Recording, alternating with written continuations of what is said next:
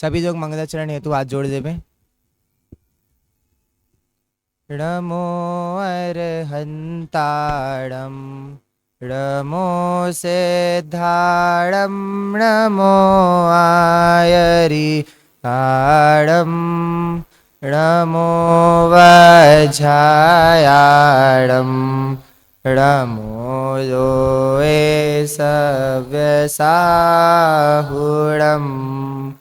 मंगलं भगवान् वीरो मंगलं गोत्रमोगणी मंगलं कुन्दकुन्दाद्यो जैनधर्मोऽस्तु मंगलम् सर्वमङ्गलमाङ्गल्यं सर्वकल्याणकार्यक्रम प्रधानं सर्वधर्माणां जैनं जयतु शासनं जैनं जयतु शासनं तत्त्वार्थसूत्रकर्तारं ग्रन्थोपलक्षितं वन्दे गणेन्द्रसञ्जात मुमा स्वामी मुनीश्वरम। कि कम से कम लिखकर अधिक से अधिक प्रसिद्धि पाने वाले ऐसे तत्वार सूत्र के रचयिता आचार्य उमा स्वामी महाराज, इनके तत्वार सूत्र जी ग्रंथ के बारे में हम जितने परिचित हैं उतने ही अपरिचित हैं। जैन आचार्यों की यह मान विशेषता रही है कि उन्होंने कभी भी अपनी रचनाओं में अपना विशेष उल्लेख नहीं किया है, किंतु जो शिलालेखों से प्राप्त विवरण है और जो अपने पुराने आचार्य हैं उनसे जो प्राप्त है उनसे हमें थोड़ी बहुत जानकारी प्राप्त है। कहा जाता है आचार्य उमा स्वामी महाराज आचार्य कुंद जी के पष्ट शिष्य थे और विक्रम की प्रथम शताब्दी के अंतिम काल में और द्वितीय शताब्दी के पूर्वार्ध में भारत भूमि को सुशोभित कर रहे थे। आचार्य उमा स्वामी जी के तत्वारसूत्र जी ग्रंथ को गागर में सागर होने की उपमा दी गई है। महाशास्त्र तत्वार सूत्र जैन साहित्य का पहला सूत्र शास्त्र है। इसके पहले जैन दर्शन में कोई से भी सूत्र ग्रंथ की रचना नहीं हुई थी। तब आचार्य उमा स्वामी ने पहले सूत्र ग्रंथ की रचना की और यह ग्रंथ जैन संस्कृत साहित्य का भी पहला ग्रंथ है।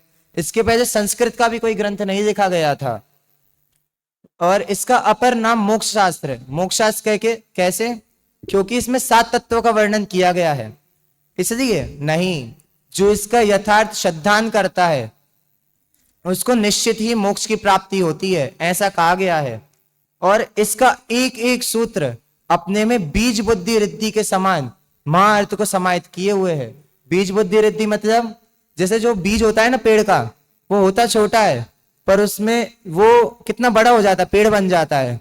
वैसे ही सूत्र तो ये बहुत छोटा है पर जो इसका भाव है वह महाअर्थों को समाहित किए हुए है।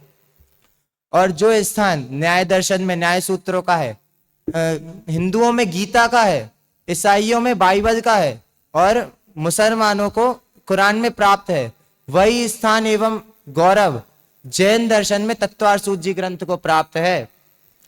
जैन समाज में इसका पठन पाठन स्वाध्याय का अभिन्न अंग है। अधिकांश जैन श्रावक श्राविका इसका प्रतिदिन या अष्टमी चतुर्दशी को पाठ करते हैं। अब जो इसका पाठ नहीं करते वे क्या करें? जो इसका पाठ नहीं कर पाते, जिनको संस्कृत नहीं आती अच्छे से, तो वे क्या करें? तो इसके लिए आचार्य क्या लिखते हैं? जम सक्कई तम किरई जम चाणा सक्कई तहेव सदहणम सदहमानो जीवो पावई अजरामरम थाणम। अर्थात जो समर्थ है वे करे, क्या करे? जो समर्थ है वे श्रद्धान करे और जो समर्थ नहीं है वे उसका पाठ ही करे, क्योंकि श्रद्धान करने वाला जीव भी अजर अमर पद को प्राप्त करता है। और अल्प आकार वाले इस महाशास्त्र का उपवास अल्प आकार वाले इस महाशास्त्र का फल बताते हुए आचार्य क्या लिखते हैं? 10 अध्याय परिच्छिन्ने तत्वार्थे पठिते सति फलम स्यादुपवासस्य भाषितम मुनि पुंगवे। कि 10 अध्याय में बांटा हुआ, 10 अध्याय में विभक्तित इसके जो भाव को भली भांति जानकर इसका पाठ करता है ना, उसको उपवास का फल प्राप्त होता है। किसका फल प्राप्त होता है? परयोल। उपवास का फल प्राप्त होता है। ऐसा किसने कहा है? ऐसा जिनने महाग्रंथों की रचना की है ना, बड़े बड़े आचार्य हैं, से श्रेष्ठ आचार्यों ने कहा है। और इस ग्रंथ का महान विषय मोक्ष मार्ग का प्रतिपादन है। इसमें जो 10 अध्याय है ना, वे किस तरह है कि जो पहले की 4 अध्याय हैं उसमें जीव तत्व का वर्णन है, 5वीं अध्याय में अजीव तत्व का वर्णन है, 6ठे 7वें अध्याय में आश्रय तत्व का वर्णन है, 8वें अध्याय में बंध तत्व का वर्णन है, 9वें अध्याय में संबर और निजरा तत्व का वर्णन है, और 10वें अध्याय में मोक्ष तत्व का वर्णन किया गया है। इस प्रकार यह 7 तत्वों का वर्णन किया गया है। इसकी कुछ मुख्य टीकाएं भी हैं जो इसके आधार से लिखी गई हैं। जो समंतरद आचार्य जी की ग्रंथहस्ती महाभाष्य, जो कि किसी कारणवश अभी हमें प्राप्त नहीं है, और आचार्य अकलंक जी की तत्वार्थ राजवार्तिक, आचार्य विद्यानंदी जी की तत्वार्थ श्लोक वार्तिक, और आचार्य पुद्धपाद जी की सर्वार्थ सिद्धि आदि संस्कृत में है, और तथा हिंदी में पंडित सदा सुखदास जी की अर्थ प्रकाशिका आदि अनेक ग्रंथों की रचना तत्वार्थ सूत जी के माध्यम से की गई है। अब हमने ये तो जान लिया कि इसकी रचयिता और इसकी रचना कैसे हुई। अब इसकी रचना कैसे हुई, इसके पीछे एक घटना है। उज्जयंतगिरी के निकट द्वैपायक नामक एक विद्वान रहते थे। उन्होंने एक सूत्र बनाया था, दर्शन ज्ञान चारित्राणी मोक्ष मार्गा, और पटिये पर लिख दिया था। और जब आचार्य उमा स्वामी अपनी चर्या से लौट रहे थे, तब उनकी नजर उस पटिये पर पड़ी और उन्होंने उस सूत्र में सम्यक पद जोड़ दिया। और जब द्वैपायक अपने घर वापस लौटा और उसने उस सूत्र में सम्यक पद जोड़ा देखा, तो वो बहुत प्रसन्न हुआ, और उसने अपनी माता से पूछा कि ये सम्यक पद किसने जोड़ा है। तो उसकी माता ने बोला कि एक निर्ग्रंथ आचार्य आए थे, उन्होंने ये सम्यक पद जोड़ा है। तब वो मुनिराज की खोज करता हुआ उनके पास पहुंचा और भक्ति भाव से नम्रीभूत होकर आत्मा का हित पूछने लगा। तब मुनिराज ने आत्मा का हित मोक्ष को कहा। तो उसने मोक्ष की प्राप्ति का उपाय पूछा और उसका स्वरूप पूछा। इसके ही उत्तर स्वरूप में आचार्य ने 357 सूत्रों की रचना कर दी। आज हम इसी तत्वार्थ सूत जी ग्रंथ के पहले अध्याय के 8 सूत्रों पर चर्चा करेंगे, जिसमें से पहले दूसरे सूत्र में मोक्ष मार्ग एवं सम्यक दर्शन का लक्षण बताया है। दूसरे से चौथे सूत्र में सम्यक की उत्पत्ति का कारण एवं तत्वों के नाम का निर्देशन किया गया है, और 5वें से 8वें सूत्र तक तत्वादि को जानने के उपाय कहे हैं। तो मंगलाचरण के साथ प्रारंभ करते हैं। मोक्ष मार्गस्य नेतारम भेतारम कर्म भूभृताम ज्ञातारम विश्व तत्वानाम वंदे तद्गुण लब्धये। मोक्ष मार्गस्य नेतारम, जो मोक्ष मार्ग के नेता है। क्यों श्रेष्ठ? जो मोक्ष मार्ग के नेता हैं। और मोक्ष नेता कैसे होते हैं? जो स्वयं जिस मार्ग पर चलते हैं और औरों को भी उसी मार्ग का उपदेश देते हैं, उसे नेता कहते हैं। जो मोक्ष मार्ग के नेता हैं, जो मोक्ष के मार्ग पर चल रहे हैं और अपन को भी उसी मार्ग का उपदेश देते हैं, ऐसे हितोपदेशी नेता हैं। वो हमारे हित का उपदेश दे रहे हैं, ऐसे हितोपदेशी नेता। भेदारम कर्म भूभृताम, कर्म रूपी पर्वतों का भेदन करते हैं। मतलब जो मोह राग द्वेष आदि विकारी भाव है ना, ऐसे कर्म रूपी पर्वत हैं, उनका नाश करते हैं, ऐसे वीतरागी। और ज्ञातारम विश्व तत्वानाम, मतलब संपूर्ण जगत के 7 तत्वों के ज्ञाता हैं, ऐसे सर्वज्ञ हैं। उनके उन गुणों को पाने के लिए मैं उन्हें नमस्कार करता हूं। और आपने मीमांसा में आचार्य समंतप्रद देव क्या लिखते हैं? आप तो नो छिन्न दोषेण सर्वज्ञानमेशिना भवितव्यम नियोगेन नान्यतायाप्ता भवेत्। कि रागादि दोष छोड़कर वीतरागी, सर्वज्ञ और हितोपदेशी भगवान कहलाते हैं। इस प्रकार यहाँ पर 3 विशेषणों से भगवान की स्तुति की गई है। अब अगले सूत्र में आचार्य क्या देखते हैं? अगले सूत्र में आचार्य मोक्ष की प्राप्ति का उपाय देखते हैं कि मोक्ष कैसे प्राप्त होता है। तो पहले सूत्र का उच्चारण करेंगे सब। सम्यक दर्शन ज्ञान चारित्राणी मोक्ष मार्ग। सब दोहराएं एक साथ। ज्ञान चारित्राणी अर्थात सम्यक दर्शन, सम्यक ज्ञान और सम्यक चारित्र, इन तीनों का समुदाय ही मोक्ष मार्ग का है, मोक्ष मार्ग है। अब इसको एक उदाहरण के माध्यम से जानते हैं।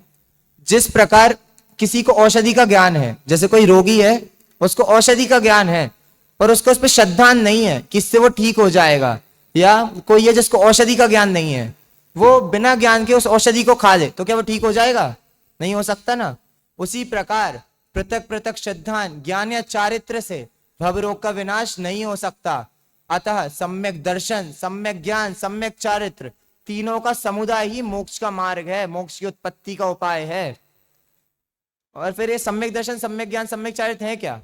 सम्यक संशय विपर्य और अनध्यवसाय रहित जीवादि पदार्थों का ज्ञान सम्यक ज्ञान कह जाता है। संशय क्या होता है? अनिश्चित ज्ञान, जो निश्चित नहीं है। जैसे अरम सोवम है, अब दूर कोई खड़ा है, सोवम खड़ा है जैसे, पर हमको दूर से देखने पे समझ नहीं आएगा कौन है वो, अरम है या सोवम है। तो उस प्रकार का ज्ञान क्या हो गया? संशय विपर्य, उल्टा ज्ञान। जैसे पेड़ है, पेड़ पे से रस्सी लटक रही है, तो उसको देख के कोई समझे ये तो सांप है, उससे कोई डर जाए, तो रस्सी में सांप की मान्यता करना उल्टी मान्यता हो गई ना, तो विपर्य ज्ञान। और फिर अनध्यवसाय, अनध्यवसाय क्या होता है कि अनिश्चित ज्ञान, जो निश्चित नहीं है। कैसे? जैसे अपन रोड पे चढ़ रहे हैं, अब अपन को पैर में कुछ चुभ रहा है, कुछ है, इस प्रकार की मान्यता करना अनध्यवसाय कह जाता है। और उन सब से जो रहित होते हैं और जो जीवादि पदार्थों का सच्चा ज्ञान करते हैं, उन्हें सम्यक, वो सम्यक ज्ञान कह जाता है। अब सम्यक चारित्र, कसाय पाप और वैशन आदि रहित देव पूजा आदि शुभ क्रियाएं करना क्या कह जाता है? सम्यक चारित्र। अब सम्यक दर्शन क्या होता है? तो इसको आचार्य अगले सूत्र में क्या लिखते हैं? तत्वार्थ श्रद्धानम सम्यक दर्शनम। सभी दोहराएंगे एक साथ, तत्वार्थ श्रद्धानम सम्यक दर्शनम, कि जीवादि 7 तत्वों का श्रद्धान ही सम्यक दर्शन कहलाता है। अब सम्यक दर्शन के भी 2 वेद कहे हैं अगले सूत्र में, तन्नी सर्गा दधि गमाधवा। दोहराए सब, तन्नी सर्गा दधि गमाधवा। कि ये जो सम्यक दर्शन है ना, ये उत्पत्ति की अपेक्षा से 2 प्रकार का है, निसर्गत सम्यक दर्शन और अधिगमत सम्यक दर्शन। इसको अपन एक उदाहरण के माध्यम से जानते हैं। जैसे अपन को स्कूल जाना है, स्कूल हो गया अपना सम्यक दर्शन, ठीक है। अब उसके लिए 2 रास्ते हैं। पहला तो अपन जैसे जाते हैं बस से, गाड़ी से जाते हैं ना अपन सब, वो, और एक पैदल चल के पीछे से, तो उसको क्या कह देंगे? अधिगमत सम्यक दर्शन। 2 रास्ते हैं ना, अधिगमत सम्यक दर्शन, और जो अपन पैदल जाते हैं वो क्या हो गया? निसर्गत सम्यक दर्शन। ऐसे ही सम्यक दर्शन को पाने के लिए भी 2 उपाय हैं, निसर्गत सम्यक दर्शन और अधिगमत सम्यक दर्शन। अब निसर्गत सम्यक दर्शन क्या होता है? जो सम्यक दर्शन उपदेश आदि के बिना स्वभाव से प्राप्त होता है, मतलब जो किसी के उपदेश से प्राप्त नहीं होता, जो अपने स्वभाव से ही प्राप्त होता है। ऐसा क्या होता है? केवल ज्ञान अपने स्वभाव से प्राप्त होता है ना, जैसे केवल ज्ञान, उसे क्या कहेंगे? निसर्गत सम्यक दर्शन। और जो सम्यक दर्शन पर के उपदेश से प्राप्त होता है, उसे क्या कहते हैं? अधिगमत सम्यक दर्शन। जैसे मति ज्ञान, शुद्ध ज्ञान, वो उपदेश आदि से प्राप्त होते हैं ना, इंद्रिय जिसमें निमित्त होती हैं, उससे प्राप्त होते हैं मति और शुद्ध ज्ञान और अवधि ज्ञान, ऐसे। और अगले सूत्र में, 4थे सूत्र में आचार्य क्या लिखते हैं? तत्वों के नाम का निर्देशन दे रहे हैं कि तत्व कैसे होते हैं। तो जीवा जीवाश बंध संबर निजरा मोक्षास तत्वम। बोलो सब एक साथ,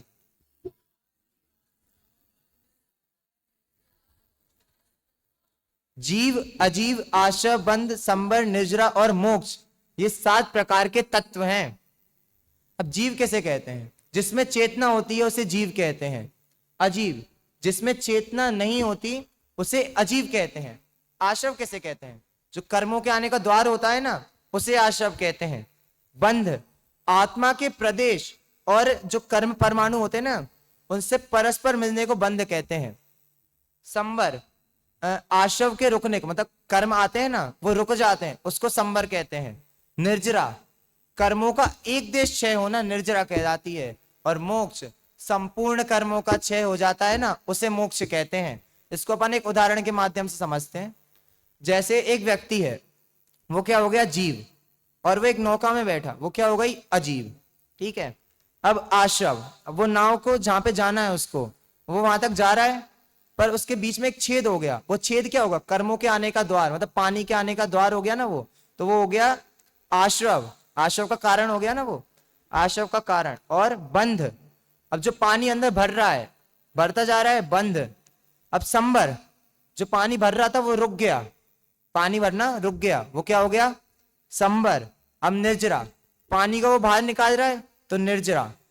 अब जब पूरा पानी निकल जाएगा तो क्या हो जाएगा? मोक्ष। वो अपने जहां तक उसको जाना है वो वहां पे पहुंच जाएगा। उसे मोक्ष कह दिया। इस प्रकार अपन ने यहाँ पर तत्वों के नाम का निर्देशन जाना। अब 5वें से 8वें सूत्र में आचार्य क्या लिखते हैं? तत्वों को जानने के उपाय बता रहे हैं कि तत्व कैसे जाने जा सकते हैं। तो क्या देखा? नाम स्थापना द्रव्य भाव तस्तन्यास। बोलेंगे सब एक साथ, नाम स्थापना द्रव्य भाव तस्तन्यास। कि ये जो तत्वों का ज्ञान कैसे होता है? नाम स्थापना द्रव्य और भाव, इन निक्षेपों के द्वारा तत्वों का ज्ञान होता है। निक्षेप क्या होता है? कि उससे जाना जाता है। और इसकी मुख्यतः परिभाषा क्या है? प्रमाण और न्याय के अनुसार प्रचलित हुए लोक व्यवहार को निक्षेप कहते हैं। प्रमाण और न्याय क्या होता है इसको आचार्य अगले सूत्र में बताएंगे। और इसके अनुसार जो प्रचलित हुए लोक व्यवहार होता है ना, उसे निक्षेप कहते हैं।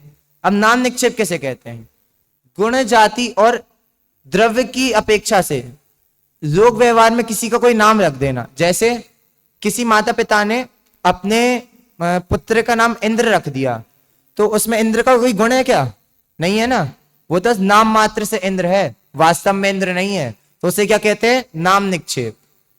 अब स्थापना निक्षेप किसे कहते हैं? कि पाषाण आदि मूर्ति जो होती है ना, पाषाण की मूर्तियां होती हैं, तथा अन्य पदार्थ जो होते हैं वो ये है। मतलब जैसे कि कोई अपन को दिख जाए, अपन सोचते हैं ना, अरे ये तो वो है, इस प्रकार की मान्यता रखना क्या कहलाता है? स्थापना निक्षेप। इसके भी दो भेद होते हैं, तदाकार स्थापना और अतदाकार स्थापना। तदाकार स्थापना क्या होती है? उसी आकारवान पदार्थ में उसी आकारवान की स्थापना करना। जैसे अपने जितने भी भगवान हैं वे सब क्या होते हैं? अरहंत होते हैं ना। तो अरहंत भगवान में, मतलब जो मूर्ति है उसमें अरहंत भगवान की स्थापना करना। वो उसी मुद्रा में विराजमान होते हैं अरहंत भगवान, पद्मासन में विराजमान होते हैं अरहंत भगवान। तो उसी आकारवान में उसी आकारवान की स्थापना करना क्या कह जाता है? तदाकार स्थापना। अब अतदाकार स्थापना किसे कहते हैं?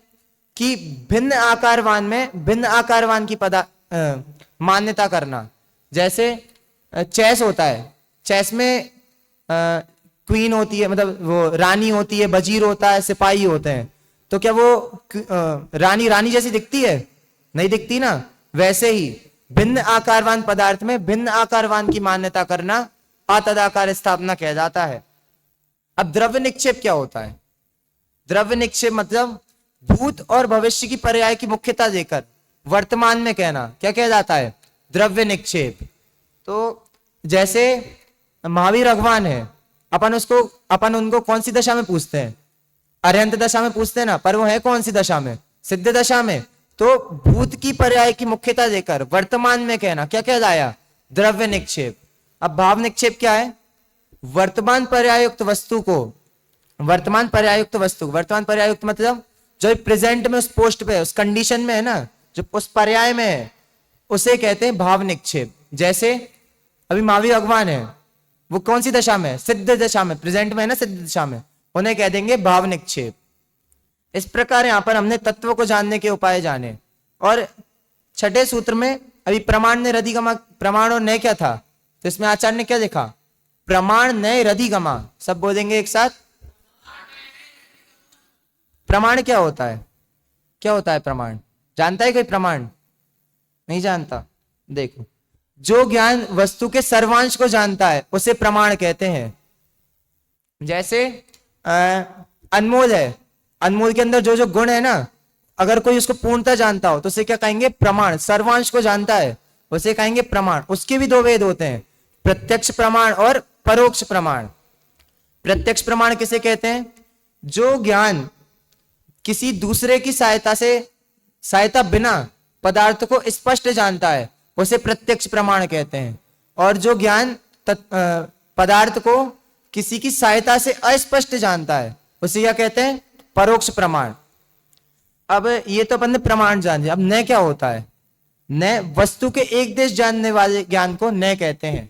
इसके भी दो भेद होते हैं, द्रव्यार्थिक न्याय और पर्यार्थिक न्याय। द्रव्यार्थिक न्याय मतलब जो द्रव्य के आधार से जानता है। जैसे पानी है, पानी का स्वभाव क्या है? शीतलता। अब ये तो हो गया द्रव्यार्थिक न्याय। अब पर्यार्थिक न्याय, जैसे उसी पानी को अपन ने गर्म कर दिया, वो अग्नि के संपर्क में आके गर्म हो गया, उसकी पर्याय चेंज हो गई, तो उसे क्या कहेंगे? पार्यार्थिक न्याय। इस प्रकार हमने यहाँ पर प्रमाण और न्याय को जाना। अब अगले सूत्र में तत्वों को जानने के अन्य उपाय बता रहे हैं। तो निर्देश, स्वामित्व, साधनाधिकरण, स्थिति, विधानता। सभी बोलेंगे एक साथ, निर्देश, स्वामित्व, साधनाधिकरण, स्थिति, विधानता। कि निर्देश, स्वामित्व, साधन, अधिकरण, स्थिति और विधान, इन 6 अनुयोगों के द्वारा भी तत्वों को जाना जाता है। कैसे जाना जाता है? निर्देश, वस्तु के नाम, मतलब वस्तु का क्या नाम है उसे क्या कहते हैं? निर्देश। और उसका स्वामी कौन है, मतलब उसका स्वामी कौन है, जो जिसकी वस्तु है वो किसकी है वो वस्तु, उसे क्या कहेंगे? स्वामित्व। फिर साधन, साधन में किन साधनों से बनी है, वो गया साधन। अधिकरण, अधिकरण मतलब उसकी काल मर्यादा कितनी है, वे कितने समय तक टिक सकती है, उसकी काल मर्यादा कितनी है, उसी क्या कहते हैं? अधिकरण। और स्थिति, उस वह कहां, उसकी काल, उस वह कहां रखी रहती है, उस वो जिस जगह पे वो रखी रहती है ना, उसकी उसकी जो क्या बोलेंगे, जो उसकी प्लेस है वो कहां पे रखी रहती है, उसे क्या कहेंगे? स्थिति। और विधान, उसके कितने भेद हैं, वो कितने भेद हैं, उसके कितने भेदों से जानी जाती है, उसे कहेंगे विधान। तो इन 6 अनुयोगों को आगम में द्वार कहा जाता है कि जब तक इन 6, अगर ये इन चीजों का अपन को पूर्ण ज्ञान हो गया ना, तो इसको ही पूरा माना जाता है कि इससे अपन को सब समझ आ जाएगा, अगर अपन ने इन चीजों को जान दिया तो। और फिर आज अपन जिस आखिरी सूत्र पर चर्चा करने जा रहे हैं उसमें क्या देखते हैं आचार्य, कि अब हमने इनको तो जान लिया, अब इसके बाद क्या करना है? तो सत संख्या, छेद, स्पर्शन, कालांतर, भावाल्प, बहुत त्वैष्य। सभी बोलेंगे एक साथ, सत संख्या, छेद, स्पर्शन, कालांतर, भावाल्प, बहुत त्वैष्य। सत संख्या, क्षेत्र, स्पर्शन, काल, अंतर और भाव और अल्प बहुत, इन 8 के द्वारा भी तत्वों का ज्ञान होता है। कैसे होता है? सत्व तक क्या होता है? वस्तु के अस्तित्व को, वस्तु की मौजूदगी को क्या कहते हैं? सत कहते हैं। और वस्तु की संख्या, मतलब उसके भेदों की संख्या, जो उसके भेद होते हैं ना, भेद जितने भी होते हैं वस्तु के, वो किन उनसे भेदों से ही जानी जाती वस्तु, वो गई संख्या। और वस्तु के वर्तमान निवास को क्षेत्र कहते हैं, जो प्रेजेंट में जहां पे वो है उस स्थान को क्या कहते हैं? क्षेत्र। वस्तु के तीनों काल संबंधी निवास स्थान को स्पर्शन कहते हैं, मतलब वो तीनों काल से, जैसे जीव है वो तीनों काल में कहां पे रहता है? 3 लोक में ही रहता है, इससे बाहर नहीं जा सकता, उसको क्या कहते हैं? स्पर्शन। वस्तु की ठहरने की काल मर्यादा को, वो कब तक उस जगह पे ठहरी रहेगी, उसको क्या कहते हैं? काल। और वस्तु के विरह काल को अंतर कहते हैं, मतलब किसी चीज में अंतर होना, ये अलग है और ये अलग है, उसको क्या कहते हैं? अंतर। और भाव, औपशमिक और छायिक परिणाम क्या कह जाते हैं? भाव। ये जीव के कौन से भाव होते हैं? जीव के असाधारण भाव। और अगला क्या, आखिरी क्या है? अल्प बहुत्व। अन्य पदार्थ की अपेक्षा किसी वस्तु की हीनाधिकता के वर्णन को अल्प बहुत्व कहते हैं। समझ में आ गया इतना सब कुछ? अब हमको भी इन्हीं तत्वों को जानना है और मोक्ष मार्ग की ओर अग्रसर होना है। इसी मंगल भावना के साथ मैं अपनी वाणी को विराम देता हूं। जय जनेन।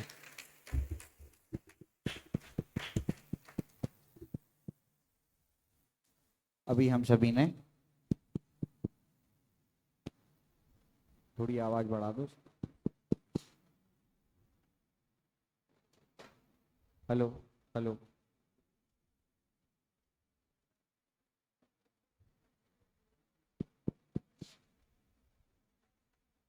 अभी हम सभी ने